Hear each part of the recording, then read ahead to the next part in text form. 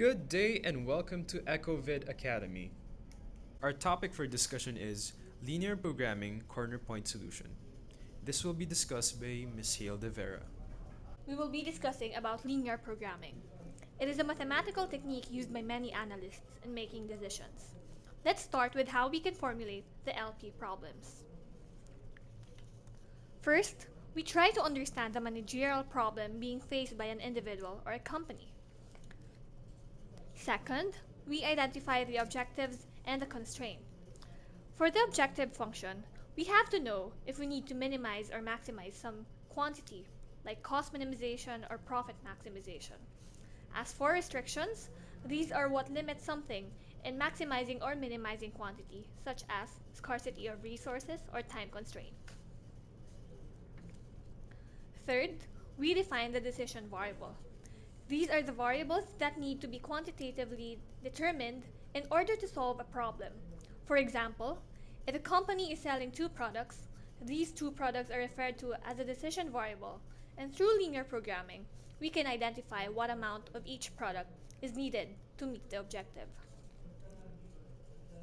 Lastly, we use these decision variables to write mathematical explanations for the objective function and the constraints. Also, we need to remember that in solving for linear programming, there are four requirements.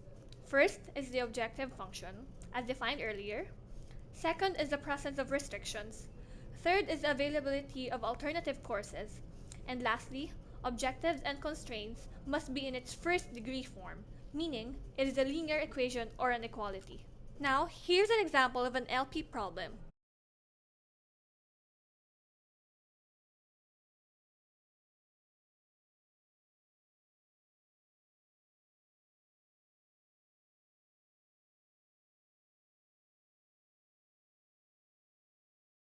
Now that you've read the problem, we have the following. The decision variables are the aircon and the fans. For each aircon, it takes 3 hours of wiring work and 2 hours of drilling work, while for each fan, it takes 2 hours of wiring work and 1 hour of drilling work. The total available time for wiring is 240 hours, while for drilling it's 114 hours. Lastly, the profit gained by the company for each fan sold is $15, while for the aircon, the company gains $25.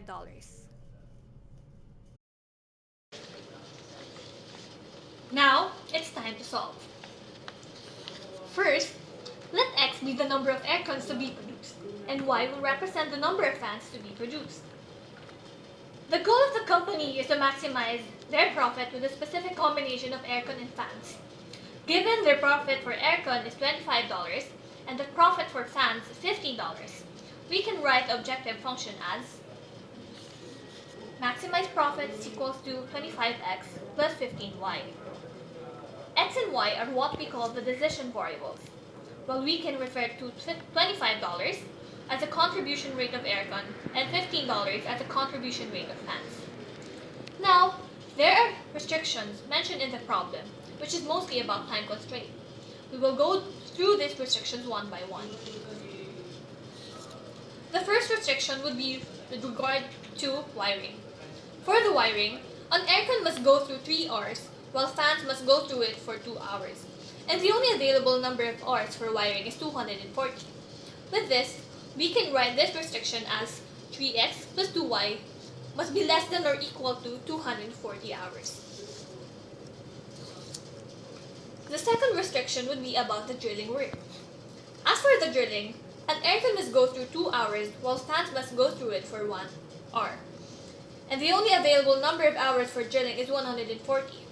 With this, we can write this restriction as 2x plus y must be less than or equal to 140.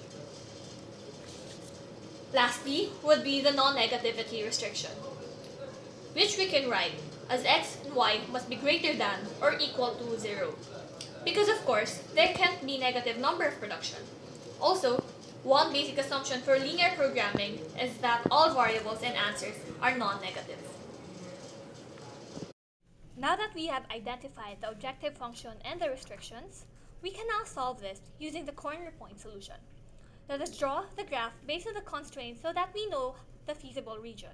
Then, we look at each point in this particular region, and in one of these points, a combination of aircon and fan would provide the maximum profit.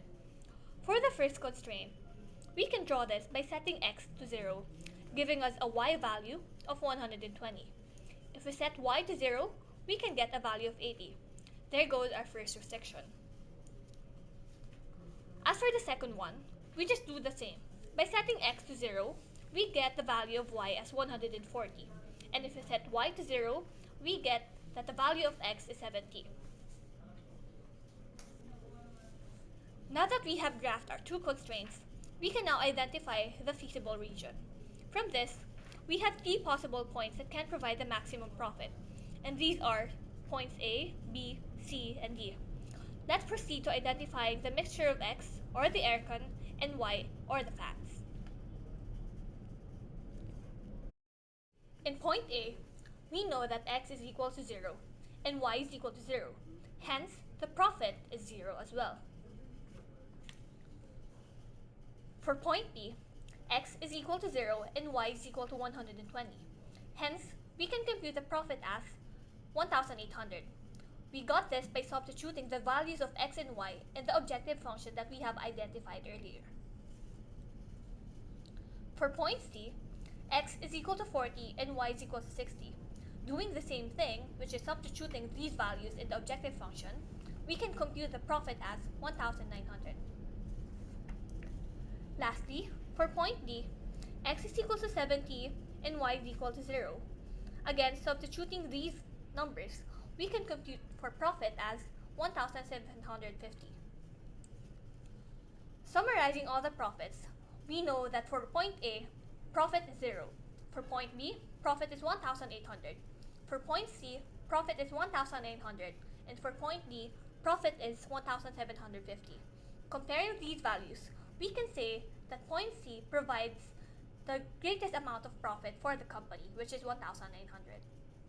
Earlier, we saw that in point C, x is equal to 40 and y is equal to 60. From here, we can say that having a combination of 40 aircons and 60 fans for production will give us the maximum profit of $1,900. And that concludes our lesson for today.